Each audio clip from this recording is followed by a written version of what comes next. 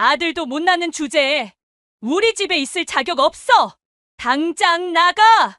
고아 출신이라고 무시받으며 살아온 하진이 임신 소식에 잠깐 희망을 품었지만 아들이 아닌 딸이라는 이유로 시댁에서 쫓겨나게 됩니다.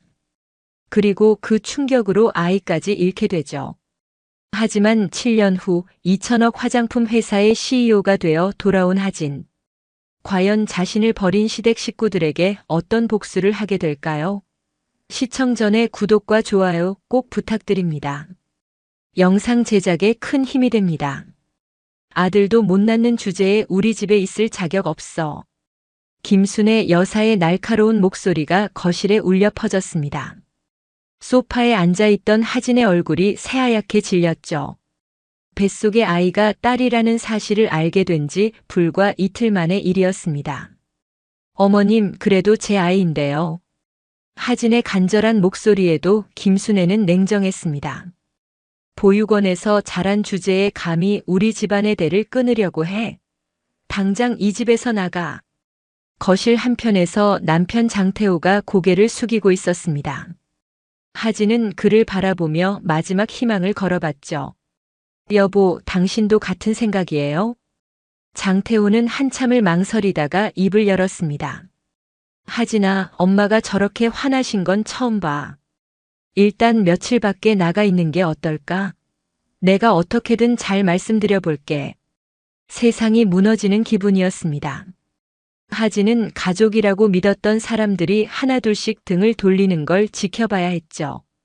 그 순간 하진의 마음속에서 무언가가 죽어갔습니다. 3년 전 결혼할 때만 해도 이런 날이 오리라고는 상상도 못했습니다. 장태호가 회사까지 찾아와서 프로포즈했을 때 하진은 정말 행복했거든요. 하진아, 나와 결혼해 줄래? 너가 고아인 게 뭐 어때? 내가 너의 가족이 되어줄게. 그때의 달콤한 약속이 이제는 잔인한 거짓말로 느껴졌습니다. 김순애는 결혼식 때부터 하진을 탐탁지 않게 여겼습니다. 친정도 없는 계집애를 며느리로 들인다고 주변에서 수군거렸거든요. 결혼 첫날 밤부터 김순애의 구박이 시작되었습니다. 밥이 짜네, 국이 싱겁네, 집 청소가 엉망이네. 매일같이 지적질이 이어졌죠. 친정이 어디냐고 물으면 하진은 보육원이라고 답할 수밖에 없었습니다. 그때마다 김순애의 얼굴은 더욱 차가워졌죠. 보육원에서 배운 게 뭐가 있다고 우리 집에 시집 왔어? 하진은 그때마다 참았습니다. 장태호를 사랑했고 언젠가는 시어머니도 자신을 인정해 줄 거라고 믿었거든요. 하지만 하진이 임신했을 때만큼은 분위기가 달랐습니다. 김순애는 처음으로 하진에게 웃어 보였죠. 몸조리 잘해라. 우리 집 장손이 될 아이니까. 그런데 아이가 딸이라는 게 밝혀지자 모든 게 180도 바뀌었습니다. 김순애의 표정은 차갑게 굳어졌고 장태호마저 점점 거리를 두기 시작했죠. 병원에서 돌아온 그날 밤 김순애는 하진을 거실로 불렀습니다. 장태호도 함께 있었는데 얼굴이 굳어 있었어요. 딸이라며? 네, 어머님. 하지만 건강한 여자아이래요. 건강하면 뭐해? 우리 집안대를 이을 아들이 아닌데. 김순애의 목소리는 점점 차가워졌습니다. 하진은 뱃속의 아이를 감싸며 말했죠. 딸도 소중한 아이잖아요. 요즘은 딸이 더 효도한다고도 하고. 효도? 시집 가면 남집 사람이 되는 걸 뭘 바라냐? 김순애의 말에 하진의 가슴이 미어졌습니다. 7개월간 뱃속에서 키워온 소중한 생명을 그렇게 폄하하다니. 네가 낳을 아이는 우리 집안 핏줄이 아니야. 딸 따위는 필요 없으니까 당장 짐 싸서 꺼져. 김순애의 마지막 통보에 하진은 더 이상 버틸 수 없었습니다. 7개월이나 된 배를 부둥켜 안고 방으로 들어가 작은 캐리어에 옷가지만 챙겼습니다. 서랍 깊숙한 곳에서 하얀 아기 신발을 발견했습니다. 장태호와 함께 백화점에서 고른 것이었죠. 그때만 해도 세상에서 가장 행복한 부모였는데 말입니다. 여보, 이거 어때? 하진이 작은 아기 신발을 들어 보이자 장태호가 환하게 웃었습니다. 우리 아이가 신으면 정말 예쁠 것 같아. 그때의 행복했던 기억들이 이제는 모두 독이 되어 하진의 가슴을 찔렀습니다. 우리 딸아, 미안해. 엄마가 너를 지켜주지 못해서. 집을 나서면서 하진은 돌아보지 않았습니다. 차가운 11월 바람이 임신부의 몸을 파고들었죠. 갈 곳도 마땅치 않은 하진은 근처 공원 벤치에 앉았습니다. 지나가는 사람들은 모두 행복해 보였습니다. 연인들은 손을 잡고 걸었고 가족들은 웃으며 대화를 나누고 있었죠. 하진만 홀로 세상에서 버림받은 기분이었습니다. 그때였습니다. 갑자기 아랫배에 극심한 통증이 시작됐습니다. 지금까지 느껴보지 못한 칼로 애는 듯한 아픔이었죠. 아, 아파. 우리 아기. 하진은 배를 움켜쥐고 바닥에 주저앉았습니다. 식은땀이 비오듯 흘렀습니다. 지나가던 행인이 급히 119를 불렀죠. 안 돼, 우리 아가만은 안 돼. 구급차가 도착했을 때 하진의 의식은 이미 흐려진 상태였습니다. 병원으로 향하는 구급차 안에서 하진은 간절히 기도했습니다. 제발 우리 아이만은 살려달라고 말이죠. 병원에서 눈을 떴을 때 의사의 안타까운 표정이 모든 걸 말해주고 있었습니다. 정신이 드세요? 정말 안타깝지만 아이를 지켜내지 못했습니다. 세상이 무너져 내렸습니다. 하진의 귀에는 아무 소리도 들리지 않았습니다. 의사의 입이 움직이는 것 같았지만 제 귀에는 닿지 않았죠. 스트레스로 인한 조기 진통이었습니다. 7개월의 미숙아로는 살기 어려웠다고 의사가 설명했지만 하진에게는 아무 위로가 되지 않았습니다. 하진은 텅 빈 배를 만졌습니다. 어제까지만 해도 작은 생명이 꿈틀거리던 그곳이 이제는 차가운 무덤이 되어버렸습니다. 눈물조차 나오지 않았습니다. 퇴원 수속을 밟는 동안에도 시댁에서는 연락 한 통 오지 않았습니다. 하진은 그제야 확실히 깨달았죠. 이 세상에 내 편은 아무도 없다는 걸 말이에요. 그날 밤 작은 고시원 방에서 하진은 결심했습니다. 병실의 차가운 공기 속에서 삼켰던 피눈물의 맹세를 다시 한번 되새겼죠. 내 아이의 목까지 진짜 지옥이 무엇인지 똑똑히 보여주겠어. 반드시 당신들에게 오늘 내가 겪은 고통을 1000배 만배로 되돌려주겠어. 그 맹세가 하진의 남은 인생을 완전히 바꿔놓을 줄은 그때 아무도 몰랐습니다. 하진의 복수는 그렇게 시작되었습니다. 7년이라는 시간이 흘렀습니다. 그동안 하진은 완전히 다른 사람이 되어 있었죠. 이제 사람들은 하진을 한소영이라고 불렀습니다. 회장님, 이번 분기 매출이 2천억을 돌파했습니다. 글로벌 뷰티 그룹의 임원이 보고하자 소영은 차분히 고개를 끄덕였습니다. 한국 최대 화장품 회사의 CEO가 된 것이죠. 하지만 소영의 마음속엔 아직도 7년 전 그날의 분노가 살아 숨쉬고 있었습니다. 7년 전 그 지옥 같은 밤을 기점으로 하진의 인생은 완전히 달라졌습니다. 보육원에서 자랄 때 배운 화학 지식을 바탕으로 혁신적인 화장품 성분을 개발해냈거든요. 퇴원 후 하진이 가장 먼저 한 일은 이름을 바꾸는 것이었습니다. 이하진이라는 이름에는 너무 많은 아픈 기억이 담겨 있었거든요. 한소영이라는 새 이름으로 새로운 인생을 시작하기로 했습니다. 처음에는 작은 연구실에서 시작했습니다. 고시원 반지하 방에서 밤낮 없이 실험에 매달리며 새로운 화장품 기술을 개발했죠. 복수에 대한 집념이 소영을 더욱 강하게 만들었습니다. 소영이 개발한 첫 번째 기술은 민감성 피부를 위한 혁신적인 공법이었습니다. 기존 제품들과는 차원이 다른 기술이었죠. 특허청에서 특허 등록 통지서를 받았을 때 소영은 눈물을 흘렸습니다. 첫 번째 성공이었거든요. 하지만 그 눈물 속에는 기쁨보다는 복수에 대한 염원이 더 많이 담겨 있었습니다. 작은 실험실에서 시작된 소영의 사업은 점점 커져갔습니다. 첫 번째 제품이 시장에 출시되자 폭발적인 반응을 얻었죠. 민감성 피부로 고생하던 고객들에게는 구원과도 같은 제품이었습니다. 매출이 늘어나면서 소영은 회사를 설립했습니다. 글로벌 뷰티 그룹이라는 이름으로 말이죠. 직원도 하나둘씩 늘어갔고 연구 개발에도 더 많은 투자를 할 수 있게 되었습니다. 하지만 소영의 마음속에는 언제나 복수에 대한 생각이 자리 잡고 있었습니다. 성공할수록 7년 전 자신을 버린 사람들에 대한 분노는 더욱 커져갔죠. 특히 밤늦게 혼자 사무실에 남아있을 때면 7년 전 그날이 생생히 떠올랐습니다. 김순애의 차가운 목소리, 장태호의 비겁한 모습, 그리고 무엇보다 잃어버린 아이에 대한 그리움이 가슴을 짓눌렀습니다. 소영은 항상 장태호와 김순애의 동향을 체크하고 있었습니다. 사설 탐정을 고용해서 그들의 일거수일투족을 파악했죠.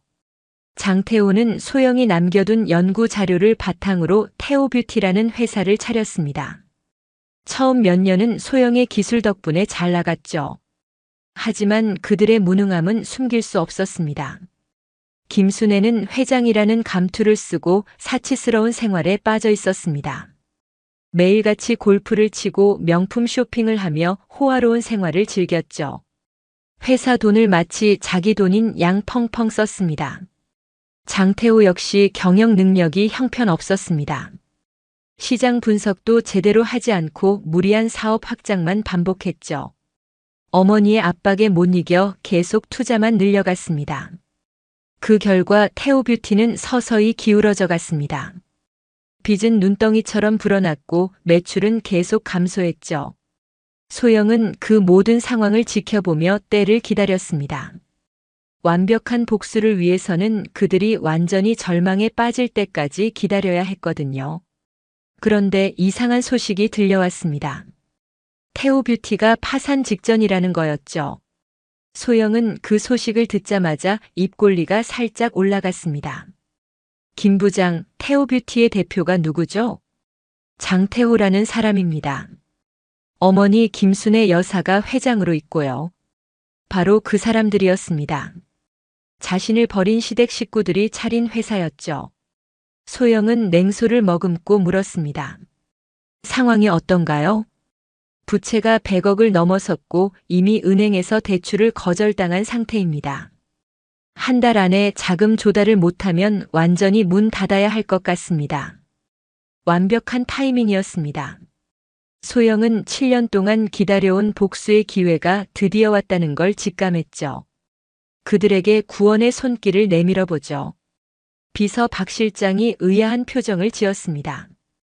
파산 직전인 회사를 도와주시겠다는 말씀인가요? 아니에요. 제가 직접 컨설팅을 해주겠다는 뜻입니다. 소영은 계획을 세우기 시작했습니다. 7년 전 보육원 출신 하진이 아닌 엘리트 컨설턴트로 접근하는 거였죠. 며칠 후 태오뷰티 사무실에는 절망적인 분위기가 감돌고 있었습니다. 장태호는 책상에 얼굴을 묻고 있었고 김순애는 초조하게 방을 왔다 갔다 하고 있었죠. 도대체 어떻게 해야 하는 거야? 이러다가 우리 진짜 거리에 나앉겠어. 장태호도 한계를 느끼고 있었습니다. 엄마, 이미 다 알아봤어요. 더 이상 빌릴 데가 없어요. 사실 태오뷰티는 7년 전 하진이 남겨둔 특허 기술로 시작된 회사였습니다. 하진이 쫓겨나면서 미처 가져가지 못한 연구 자료들을 바탕으로 사업을 시작한 거죠. 하진이 개발했던 안정화 기술을 도용해서 제품을 만들었고 처음에는 그 기술력 덕분에 어느 정도 성공할 수 있었습니다. 하지만 기술 개발 능력이 없는 그들로서는 한계가 있을 수밖에 없었죠. 게다가 김순애의 사치와 장태호의 무능한 경영이 회사를 망가뜨렸습니다. 회사 돈을 마치 자기 돈인 양 쓰면서도 경영에는 전혀 신경 쓰지 않았거든요. 바로 그때 비서가 들어왔습니다. 사장님, 한소영 대표님이 만나고 싶다고 연락이 왔습니다. 한소영? 누구야 그게? 업계에서 매우 유명한 컨설턴트라고 합니다. 부실 기업을 살려내는 전문가로 알려져 있고요. 김순애의 눈이 반짝였습니다. 정말? 그럼 우리도 살 수 있는 거야? 장태호도 마지막 희망을 걸어봤죠. 당장 연락해서 만나자고 해. 그날 밤 소영은 거울 앞에 서서 자신을 바라봤습니다. 7년 전에 초라했던 하진과는 완전히 다른 모습이었죠. 그들은 몰랐습니다. 자신들에게 구원의 손길을 내밀겠다는 그 사람이 바로 7년 전 자신들이 내쫓은 며느리라는 걸 말이죠. 소영은 완벽한 변신을 준비했습니다. 머리를 단정하게 올리고 고급 정장을 입었죠. 7년간의 준비가 드디어 빛을 발할 때가 온 것입니다. 드디어 운명의 만남이 시작되었습니다. 태오뷰티의 회의실에 들어선 소영을 보자 김순애와 장태호는 압도당했죠. 안녕하세요, 한소영입니다. 소영의 카리스마 넘치는 모습에 김순애는 넋을 잃고 바라봤습니다. 7년 전 자신이 내쫓은 며느리와는 전혀 다른 모습이었거든요. 고급스러운 정장을 입고 명품 가방을 든 소영의 모습은 완전히 다른 세계의 사람 같았습니다. 7년 전 초라한 옷차림으로 집을 나가던 하진과는 비교할 수 없을 정도였죠. 안녕하세요. 김순애입니다. 정말 저희를 도와주실 수 있나요? 소영은 차갑게 미소 지었습니다. 먼저 현 상황을 파악해보죠. 자료를 검토한 소영은 냉정하게 분석했습니다. 매출 급감, 재고 과다, 무리한 사업 확장. 솔직히 말해서 회생 가능성은 10% 미만이네요. 김순애와 장태호의 얼굴이 하얗게 질렸습니다. 그럼 우리 정말 망하는 건가요? 하지만 불가능하지는 않습니다. 제 조건을 받아들이신다면요. 김순애가 급하게 물었습니다. 조건이 뭔가요? 경영권을 완전히 저에게 위임하셔야 합니다. 모든 의사결정은 제가 하고요. 장태호가 망설였습니다. 그건 좀, 우리 회사인데요. 그럼 이대로 파산하시겠어요? 결국 김순애가 고개를 끄덕였습니다. 알겠습니다. 뭐든지 시키는 대로 하겠어요. 계약이 체결되었습니다. 소영은 이제 태오뷰티의 실질적인 지배자가 되었죠. 다음 날부터 소영은 본격적인 조사에 들어갔습니다. 회사의 모든 장부와 서류를 꼼꼼히 검토했죠. 그러면서 김순애의 비리를 하나씩 찾아냈습니다. 이건 뭔가요? 법인카드로 명품 가방을 산 내역이네요. 김순애가 당황했습니다. 그건 접대용이에요. 한 달에 500만 원씩 명품을 사는 게 접대라고요?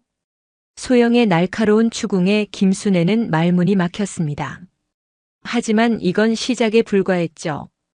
회사 곳곳에서 김순애의 사치 흔적들이 발견되었습니다.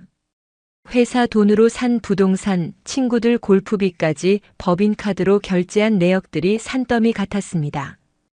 더 심각한 것은 직원들 월급을 밀리면서도 자신들만 호화로운 생활을 했다는 점이었습니다. 회사가 어려워져도 김순애는 골프와 쇼핑을 멈추지 않았거든요.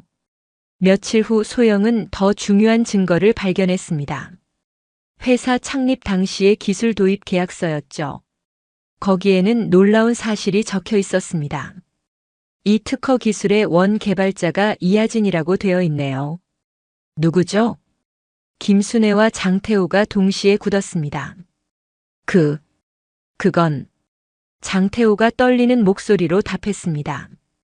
전 아내입니다. 이미 이혼했고요. 아, 그래요? 그런데 계약서를 보니 이상한 점이 있네요. 소영은 위조된 도장을 가리켰습니다. 이 도장이 진짜인지 의심스럽군요. 필적도 이상하고요. 김순애와 장태호는 식은땀을 흘렸습니다. 자신들의 범죄가 들통날 수 있다는 걸 직감했죠. 당시 하진이 집에서 쫓겨날 때 연구 자료와 특허 관련 서류들을 모두 두고 나갔습니다. 김순애와 장태호는 그 기회를 놓치지 않고 하진의 도장을 위조해서 특허권을 자신들 명의로 바꿔버린 거였죠. 소영은 그 사실을 잘 알고 있었습니다. 하지만 아직 때가 아니라고 판단했습니다. 더 완벽한 복수를 위해서는 더 많은 증거가 필요했거든요. 그날 밤 장태호가 소영의 사무실을 찾아왔습니다. 대표님, 커피나 한잔 하실까요? 소영은 장태호의 의도를 알고 있었습니다. 좋죠. 장태호는 조심스럽게 물었습니다. 혹시 대표님 어디서 본 것 같은데요? 소영은 일부러 커피잔을 두 손으로 감싸 쥐었습니다. 7년 전 하진이 늘 하던 습관이었죠.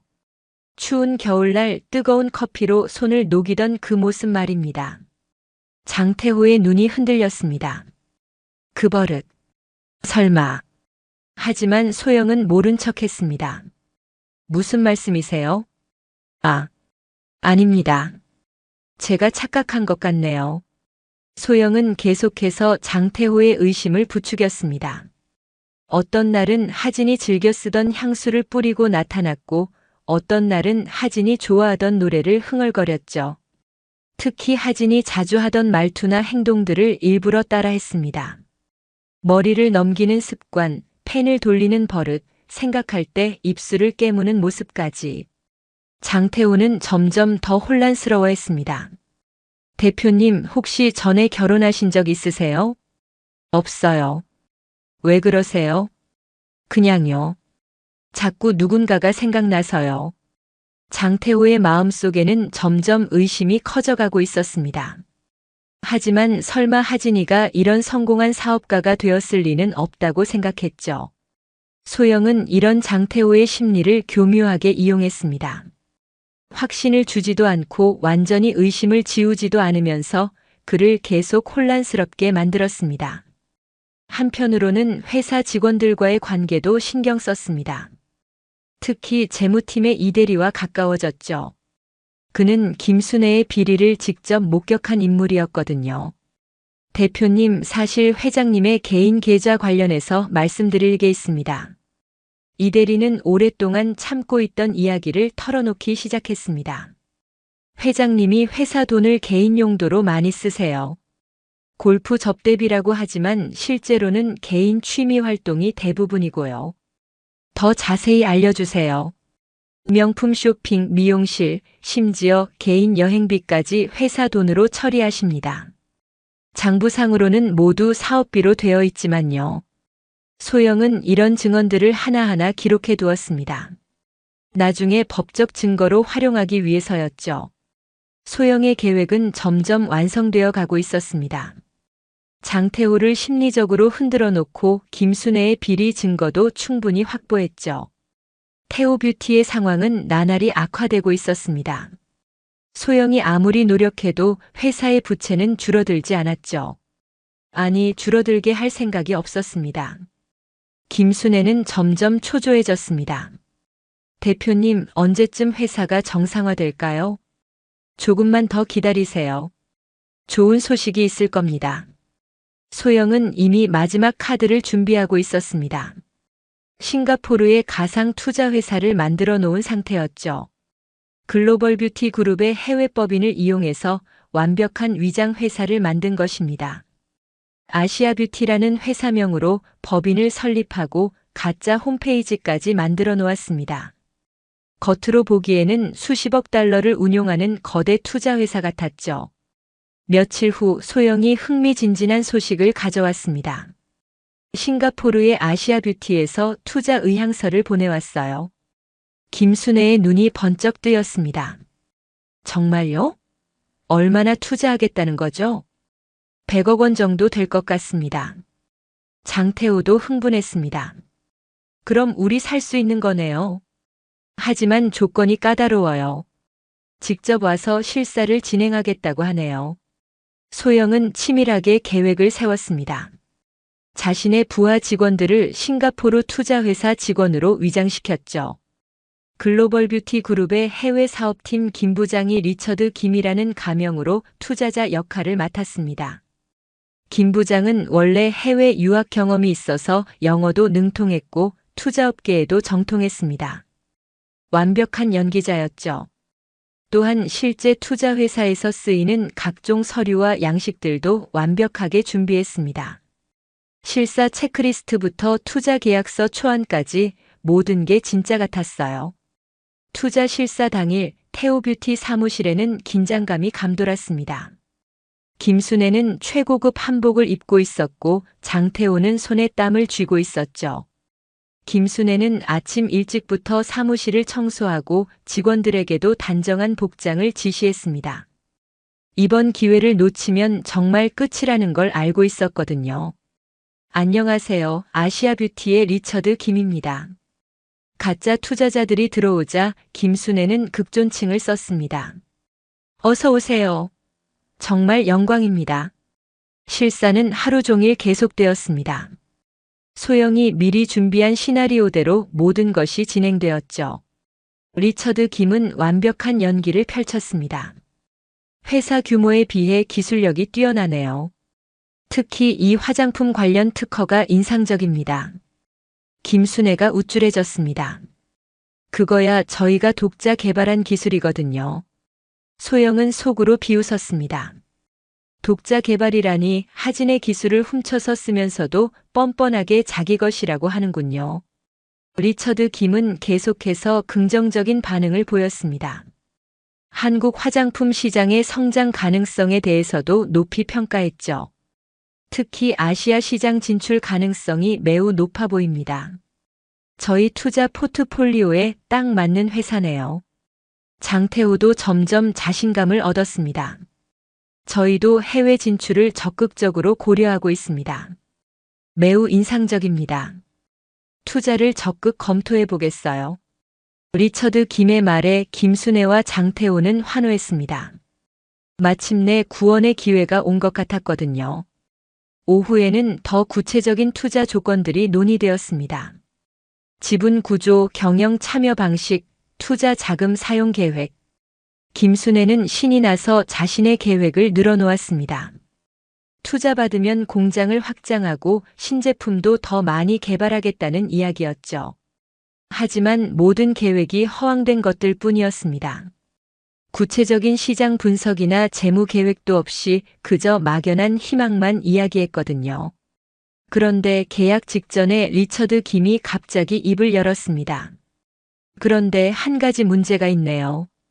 김순애가 불안해했습니다. 뭔가요? 재무제표에 의심스러운 부분이 있습니다. 이건 횡령으로 보이는데요.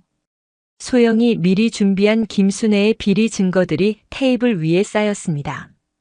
이게 뭡니까?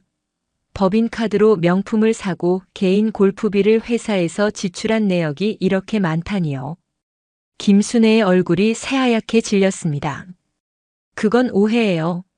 다 사업을 위한 거였어요. 그리고 이 특허권 관련해서도 의문점이 있네요. 리처드 김이 하진의 원 특허 증명서를 꺼내 들었습니다. 원 개발자는 이하진 씨인데 계약서의 도장과 필적이 의심스럽습니다. 장태호가 식은땀을 흘렸습니다. 그건 전문기관의 감정을 의뢰해봤는데 위조 가능성이 매우 높다는 결과가 나왔습니다. 김순애와 장태호는 완전히 당황했습니다. 이런 증거들이 어디서 나온 건지 도무지 알 수 없었거든요. 죄송하지만 이런 회사에는 투자할 수 없겠네요. 리스크가 너무 큽니다. 리처드 김과 투자진은 일어나 나가버렸습니다. 김순애와 장태호는 넋이 나간 채 그 자리에 앉아 있었죠. 어떻게 된 거예요? 왜 갑자기? 장태호가 소영을 바라봤지만 소영은 침착하게 답했습니다. 제가 어떻게 할 수 있는 일이 아니에요. 투자자들도 신중할 수밖에 없죠. 마지막 희망이 사라진 순간이었습니다. 김순애는 그 자리에서 오열하기 시작했죠. 이제 정말 끝인가요? 소영은 속으로 쾌감을 느꼈습니다. 하지만 표정은 여전히 차분했죠. 포기하기는 이르죠. 다른 방법을 찾아보겠습니다. 하지만 소영은 이미 다른 방법 따위는 준비하지 않았습니다. 이제 그들을 완전히 절망의 구렁텅이로 밀어넣을 시간이었거든요. 그날 밤 김순애는 술을 마시며 중얼거렸습니다. 이게 다 그 하진이라는 년 때문이야. 괜히 그런 계집애를 집에 들였어. 장태호도 후회하고 있었습니다. 그때 내가 하진이를 좀 더 지켜줬어야 했는데. 하지만 이미 모든 게 늦었습니다. 김순애와 장태호는 완전히 소영에게 의존하게 되었죠. 그들은 몰랐습니다. 자신들을 구원해 줄 거라고 믿었던 사람이 바로 자신들을 파멸로 이끌고 있다는 사실을 말이죠. 절망에 빠진 김순애에게 마지막 아이디어가 떠올랐습니다.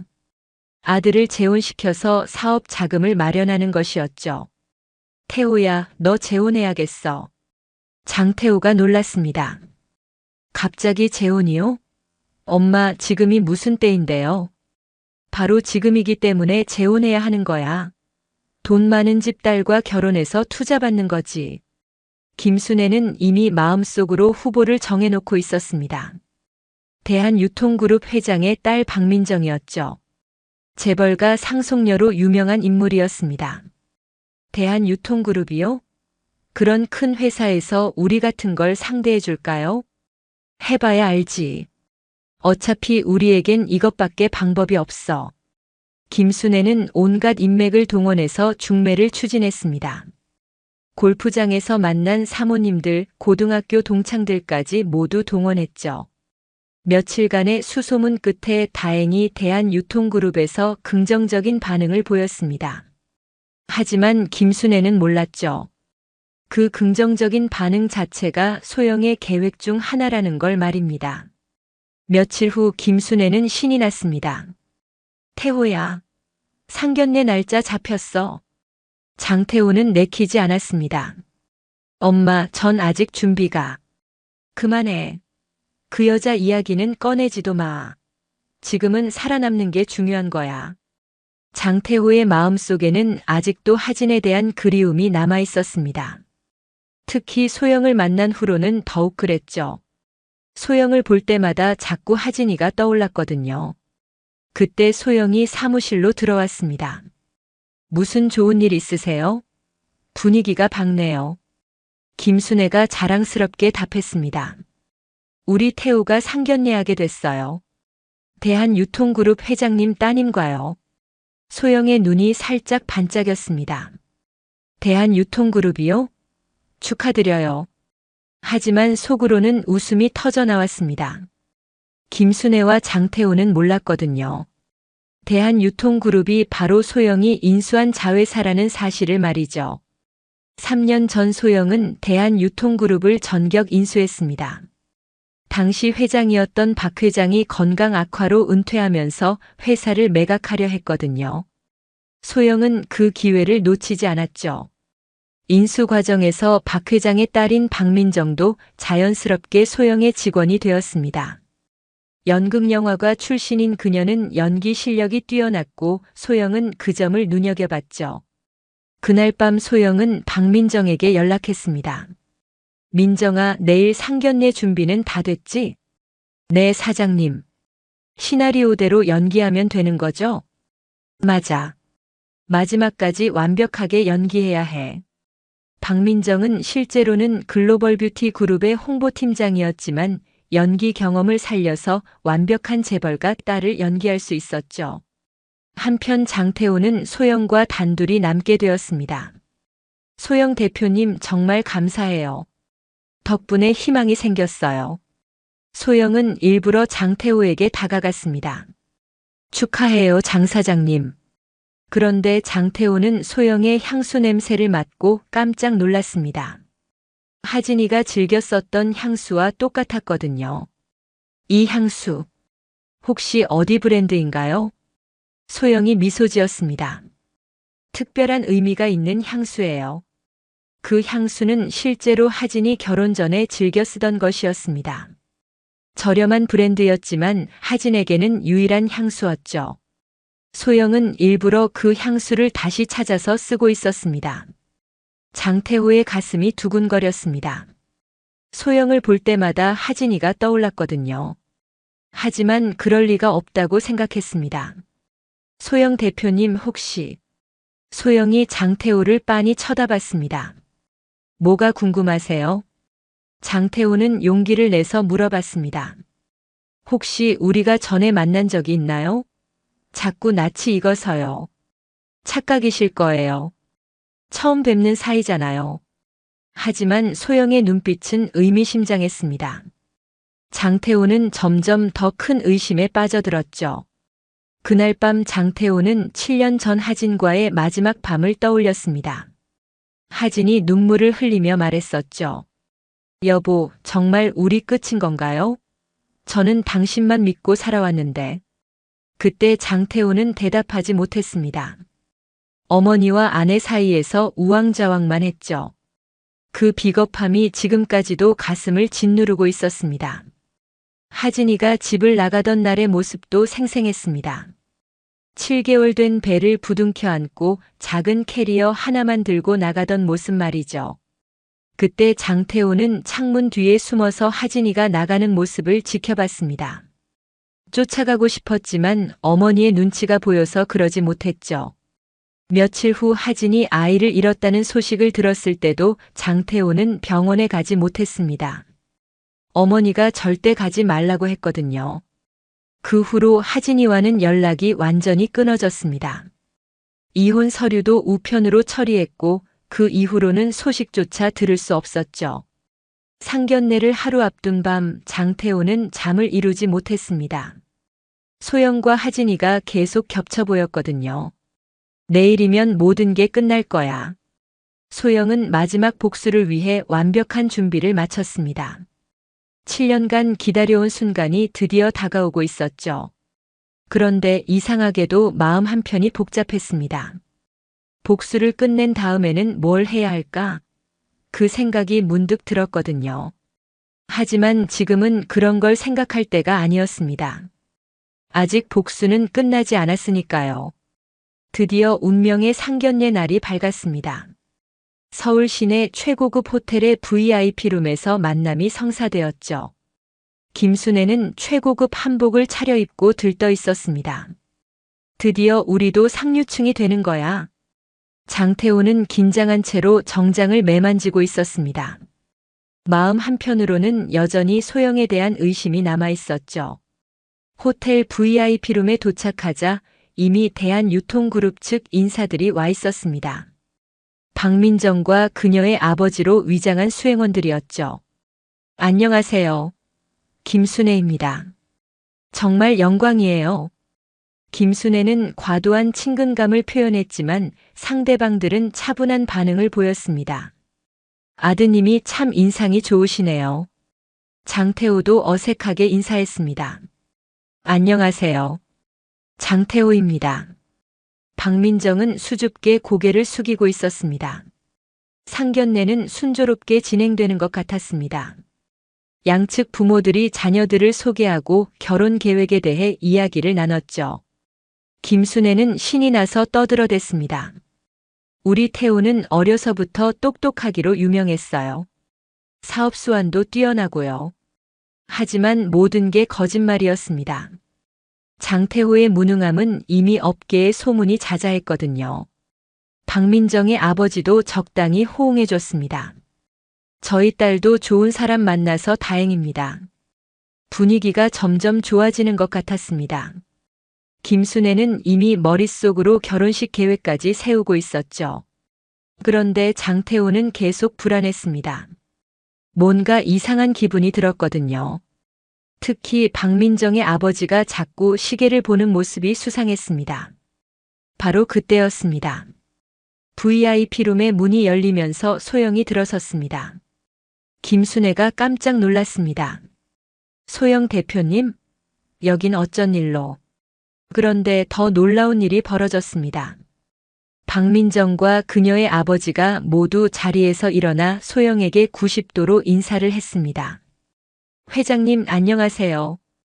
김순애와 장태호는 상황을 이해할 수 없었습니다. 회장님이라고?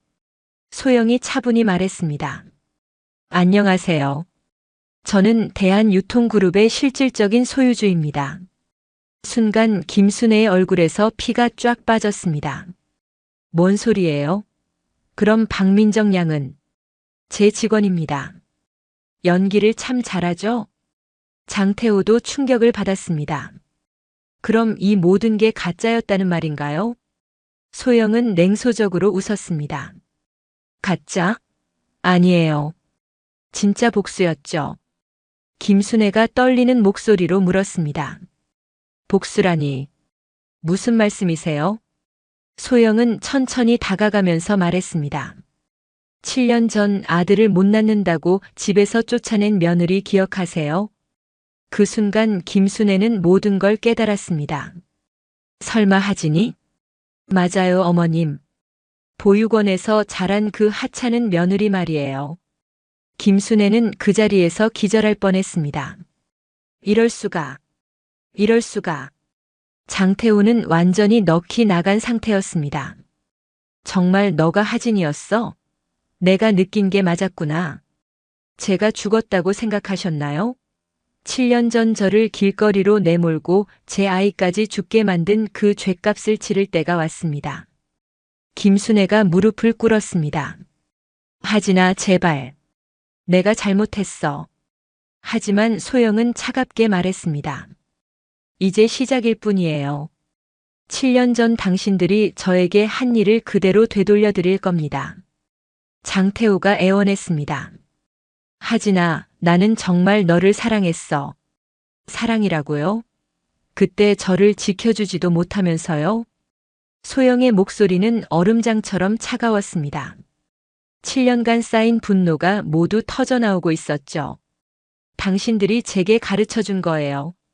이 세상은 힘이 있어야 살아남을 수 있다고 말이죠. 김순애가 울부짖었습니다. 우리가 그렇게 나쁜 짓을 했다고. 나쁜 짓이 아니라 범죄였어요. 7개월 된 임신부를 길거리로 내쫓는 게 무슨 짓인지 아세요? 소영은 계속해서 그들의 죄를 나열했습니다. 제 특허를 도용한 것, 회사 돈을 횡령한 것, 모든 증거가 다 있어요.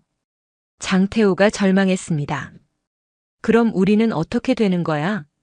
7년 전 저처럼 되는 거죠.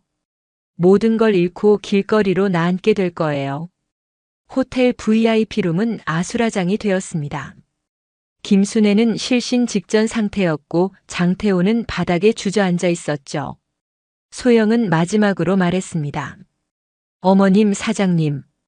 7년 전 제가 어떤 기분이었는지 이제 조금은 아시겠죠? 그리고는 당당하게 VIP룸을 걸어 나갔습니다. 등 뒤로 김순애와 장태호의 절규가 들려왔지만 소영은 단 한 번도 뒤돌아보지 않았습니다.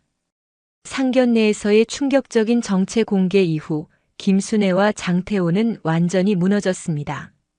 하지만 소영의 복수는 여기서 끝나지 않았죠. 며칠 후 태호뷰티의 법원 집행관들이 들이닥쳤습니다. 압류 딱지가 모든 사무용품에 붙기 시작했죠. 이게 무슨 일입니까? 김순애가 소리쳤지만 집행관은 냉정했습니다. 법원 명령입니다. 횡령 및 배임 혐의로 모든 재산이 동결됩니다. 소영이 나타났습니다. 지난 7년간 모은 증거들을 모두 법원에 제출했거든요. 김순애 씨 법인카드로 개인 명품을 산 것, 회사 돈으로 부동산을 산 것, 모든 증거가 있어요. 김순애는 부들부들 떨었습니다. 하진아, 제발 봐달라. 우리 가족이었잖아. 가족이요? 7년 전에 저를 개처럼 내쫓을 때는 가족이라고 생각이 안 나시더군요. 소영의 목소리는 얼음처럼 차가웠습니다. 그리고 장태호 씨, 제 특허를 도용한 것도 다 밝혀졌어요. 위조된 계약서까지 말이죠. 장태호는 바닥에 주저앉았습니다. 하진아, 나는 이제 와서 후회해도 늦었어요. 소영이 제출한 증거들은 완벽했습니다. 김순애의 횡령 장부, 위조된 특허 계약서, 회계 조작 증거까지 7년간 치밀하게 수집한 자료들이었죠. 특히 특허 도용권은 심각한 범죄였습니다. 하진이 개발한 혁신적인 화장품 기술을 무단으로 사용한 것뿐만 아니라 도장까지 위조해서 소유권을 빼앗은 거였거든요. 소영은 원본 연구 노트의 사본을 따로 보관해 두었습니다. 또한 특허청에는 원래 하진 명의로 된 특허 등록 기록이 남아 있었습니다. 법정에서의 재판이 시작되었습니다. 검사가 기소장을 읽어내려갔죠. 피고 김순애는 2018년부터 2025년까지 총 15억 원을 횡령한 혐의로, 피고 장태호는 특허권 도용 및 문서 위조 혐의로 기소되었습니다. 김순애의 변호사가 변론했습니다. 피고는 깊이 반성하고 있으며 피해 당사자와 합의를 원하고 있습니다. 하지만 소영은 단호했습니다. 합의는 없습니다. 법대로 처리해 주세요. 재판이 진행되면서 김순애와 장태호의 추악한 진실들이 하나씩 드러났습니다. 회사 돈으로 골프 접대를 하고 아들 친구들 술값까지 법인카드로 결제한 것들 말이죠. 특히 하진의 특허를 도용한 사건이 법정을 경악시켰습니다. 임신한 며느리를 내쫓으면서 그녀의 연구 성과까지 가로챈 것이었거든요. 증인으로 나온 태오뷰티 직원들도 충격적인 증언을 했습니다. 김순애 회장은 회사 돈을 개인 용도로 마음대로 썼습니다. 심지어 자기 미용실비까지 회사에서 처리했어요. 회사가 어려워도 본인들만 호화로운 생활을 했습니다. 직원들 월급은 밀리면서도 말이죠. 또 다른 직원이 증언했습니다. 장태호 사장은 경영에는 관심이 없었어요. 어머니가 시키는 대로만 했죠. 무리한 사업 확장을 반복하면서도 시장 분석은 전혀 하지 않았습니다. 완전히 주먹구구식 경영이었어요. 재무팀 이대리도 증인석에 섰습니다. 회장님의 개인 비자금 관리를 제가 담당했는데 정말 엄청난 금액이었습니다. 구체적으로 얼마나 됩니까? 장부에 기록되지 않은 돈만 해도 50억 원이 넘어요. 모두 회사 돈을 빼돌린 거였습니다. 법정이 술렁거렸습니다. 김순애의 횡령 규모가 생각보다 훨씬 컸던 거죠. 7년 전 저를 내쫓으면서 제 아이까지 죽게 만들었습니다. 그리고 제 연구 성과까지 도둑질했어요. 소영의 목소리가 떨렸습니다. 이들은 단순히 돈을 훔친 게 아닙니다. 한 사람의 인생을 송두리째 파괴한 거예요. 판사가 최종 선고를 내렸습니다. 피고 김순애는 징역 3년에 집행유예 5년, 피고 장태호는 징역 2년을 선고한다. 김순애와 장태호는 그 자리에서 무너졌습니다. 더 참담한 것은 모든 재산을 잃었다는 사실이었죠. 태오뷰티는 글로벌 뷰티 그룹에 인수되었습니다. 소영이 정당한 대가를 치르고 인수한 거였죠. 직원들은 모두 고용이 승계되었습니다. 죄 없는 직원들까지 피해를 보게 할 수는 없었거든요. 김순애와 장태호만 홀로 길거리로 내몰렸습니다. 7년 전 하진이 겪었던 그 상황과 똑같이 말이죠. 한때 수십억 원의 자산가였던 김순애는 이제 월세조차 낼 수 없는 처지가 되었습니다. 장태호도 전과자가 되어 취직할 곳이 없었죠. 그들이 찾아간 곳은 서울 변두리의 낡은 반지하 단칸방이었습니다. 곰팡이 냄새가 나고 햇빛도 제대로 들지 않는 곳이었죠. 김순애는 하루 종일 술만 마셨습니다. 어떻게 이럴 수가 있어? 내가 뭘 잘못했다고. 장태호는 후회만 하고 있었습니다. 내가 그때 하진이를 지켜줬어야 했는데. 하지만 이미 모든 게 늦었습니다. 그들의 몰락은 7년 전 그들이 뿌린 씨앗의 결과였으니까요. 소영은 복수를 완성했지만 마음이 완전히 후련하지는 않았습니다. 반지하에서 비참하게 살고 있는 김순애와 장태호의 소식을 들을 때마다 복잡한 감정이 들었죠. 어느 날 소영은 그들을 마지막으로 만나보기로 했습니다. 완전한 마무리를 위해서였죠. 반지하 단칸방 문을 열자 퀴퀴한 냄새가 코를 찔렀습니다. 김순애는 술에 취해 바닥에 누워 있었고 장태호는 벽에 기대 멍하니 앉아 있었죠. 장태호가 소영을 보자 눈물을 흘리며 무릎을 꿇었습니다. 하진아, 제발. 제발 용서해줘. 내가 잘못했다. 소영은 냉정하게 내려다봤습니다. 용서요? 7년 전 제 아이가 죽었을 때는 용서를 구하러 오지 않으셨잖아요. 나는 널 사랑했어. 정말 사랑했다고. 사랑이라고요? 당신이 사랑한 건 저를 이용할 수 있다는 편리함이었을 뿐이에요. 장태호는 오열했습니다. 내가 바보였어. 늦었지만 이제라도. 너무 늦었어요. 그때 저를 지켜줬어야 했는데 어머니 눈치만 보고 있었잖아요. 김순애도 정신을 차리고 기어오듯 다가왔습니다. 하진아, 내가 미쳤었어. 제발 우리 가족이었잖아. 가족이요? 가족이 7개월 된 임신부를 길거리로 내쫓나요? 소영의 목소리는 흔들림이 없었습니다. 7년간 마음속에서 다져온 분노와 원망이 모두 담겨 있었죠. 당신들이 버린 건 저만이 아니었어요. 당신들의 남은 인생 전부를 버린 거였죠. 김순애가 울먹이며 매달렸습니다. 내가 잘못했어, 하진아. 내가 너무 욕심이 많았어. 제발 한 번만 봐달라. 하지만 소영은 더 이상 흔들리지 않았습니다. 7년 전 그 밤 길거리에서 아이를 잃었던 그 순간을 떠올렸거든요. 그때 당신들은 제가 어떻게 되든 상관없었잖아요. 지금 와서 용서를 구한들 제 아이가 살아 돌아오나요? 장태호가 절규했습니다. 그럼 어떻게 해야 해? 내가 어떻게 해야 용서받을 수 있어? 용서는 없어요. 다만 앞으로 남은 인생 동안 당신들이 저에게 한 일을 후회하며 사세요. 소영은 마지막 말을 남기고 그곳을 나섰습니다. 이제 정말 모든 게 끝났어요. 다시는 만나지 맙시다. 밖으로 나온 소영은 깊은 숨을 쉬었습니다. 마음 한편이 허전했죠. 며칠 후 소영은 강이 보이는 공원을 찾았습니다. 가방에서 작은 상자를 꺼냈죠. 7년 전 잃어버린 아이를 위해 준비했던 작은 신발이 들어 있었습니다. 우리 아가야, 이제 엄마 복수는 끝났어. 너를 아프게 한 사람들은 모두 벌을 받았단다.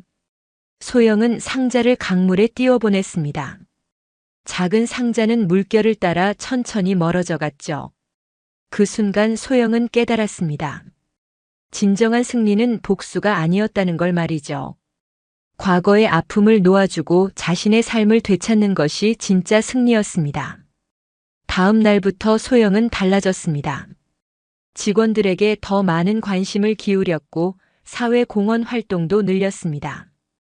특히 보육원 아이들을 위한 장학금 사업에 적극적으로 나섰죠.